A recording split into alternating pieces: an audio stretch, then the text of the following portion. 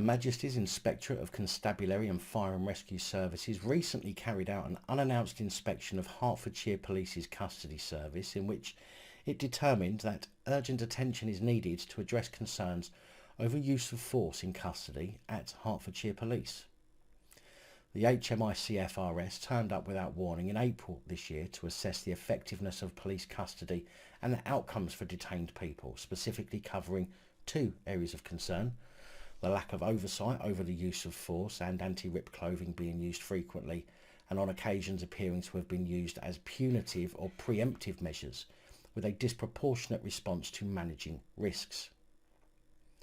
HMICFRS, during their inspection, reviewed details of incidents of concern, including detainees being stripped of their clothing by force and the use of incapacitant spray. Not that that's shocking after all. A person struggling to hold on to a little dignity in the face of bully perverted police trying to strip them naked to teach them a lesson obviously warrants a blast in the face with some parva spray. No doubt with the added surprise of being charged with resisting an assault emergency worker in the process. Hertfordshire Police were last inspected in 2015, 7 years ago, where 43 recommendations were made to the force. Now just think about that for a moment. 43 areas of policing policy and procedure needed recommendations from the HMICFRS in an organisation that's almost 200 years old, and an organisation that keeps telling the public we should have trust and faith in them.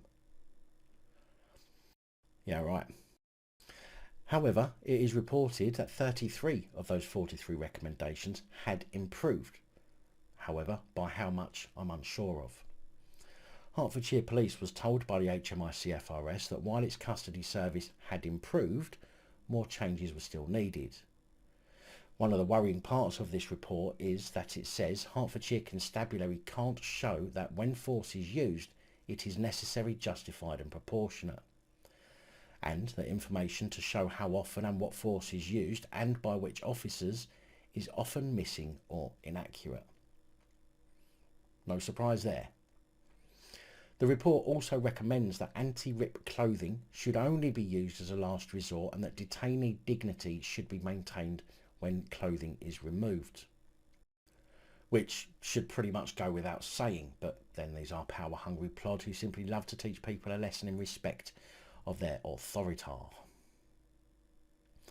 Assistant Chief Constable Kat Hemmings said, "We welcome the HMICFRS custody inspection, which recognises that Hertfordshire Constabulary cares well for detainees and provides a safe and respectful custody service." Although I'm pretty sure it didn't say that. We are also pleased that the report acknowledges our progress since the last inspection and notes the particular care we take to divert children and vulnerable adults from custody.